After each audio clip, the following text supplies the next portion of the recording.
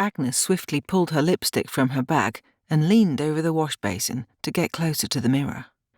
However, she had only applied the lipstick to half of her upper lip when, out of the corner of her eye, she saw the reflection of a foot poking out from one of the cubicles. Shocked, the lipstick fell from her fingers and rattled around in the basin as she swung around. Now, leaning back against the wash basin for support, she saw that the door to the cubicle was open. "Are you okay?" Agnes called out, her heart beginning to thud with alarm. When there was no reply, she slowly made her way across to the cubicle, again asking if the woman needed help. But yet again, there was no reply. By now, Agnes had reached a point where she could see the woman's foot more closely. She was wearing trainers. Perhaps she had been out jogging and had found it all too much. These things happened all the time. However, as Agnes drew closer, she was stunned to find it wasn't a woman after all. It was a man who was lying on his side. She was about to ask him what he was doing in the ladies' room, thinking that perhaps he was mending something, when to her utter horror she saw a bullet hole in his forehead. Blood still oozing from the wound was trickling down his brow before dripping to the floor. Clasping her hands over her mouth, Agnes took a few steps away from the body. "Oh no," she murmured. "Surely this can't be happening to me all over again." It had been a relatively quiet morning at the station for Detective Inspector Alan Johnson and his sergeant.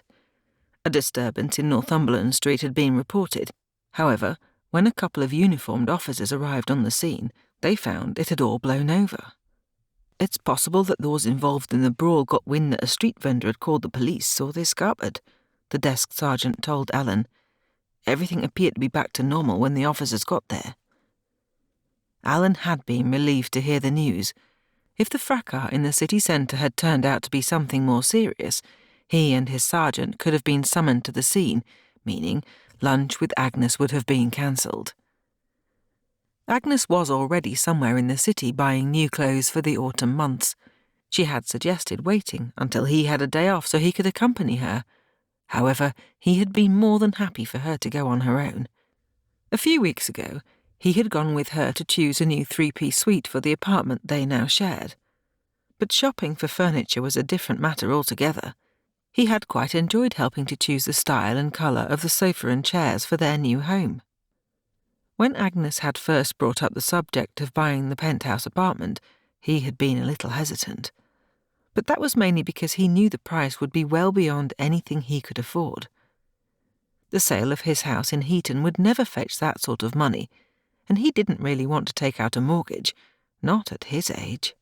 However, when he finally voiced his thoughts to Agnes while on their way to view the property, she had assured him that buying the apartment would be a joint venture.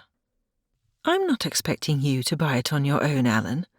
If we agree to buy the apartment, we'll share the cost. The sale of my house in Essex and the sale of your house should cover the price," she had told him.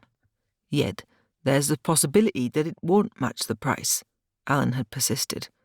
"Though house prices have fallen over the last year or so, prices for apartments are still rising." However, Agnes had simply shrugged it off, saying, how could the vendors refuse an offer when it was cash in hand? "I could pay for the apartment until our properties are sold," she reassured him. Alan looked at his watch. It was almost time to leave the police station to meet up with Agnes. "I'll be off in a few minutes, Andrews, but give me a call if you need me." His sergeant nodded. He was about to say something, but Alan's mobile rang, beating him to it. "It's Agnes," Alan said, looking at the screen. "I bet she thinks I've forgotten about our lunch arrangement." "No, Agnes, I haven't forgotten. I was just about to leave," he began. "Alan, you must come now," she interrupted. "I've just said—" "No, you don't understand. I found a body."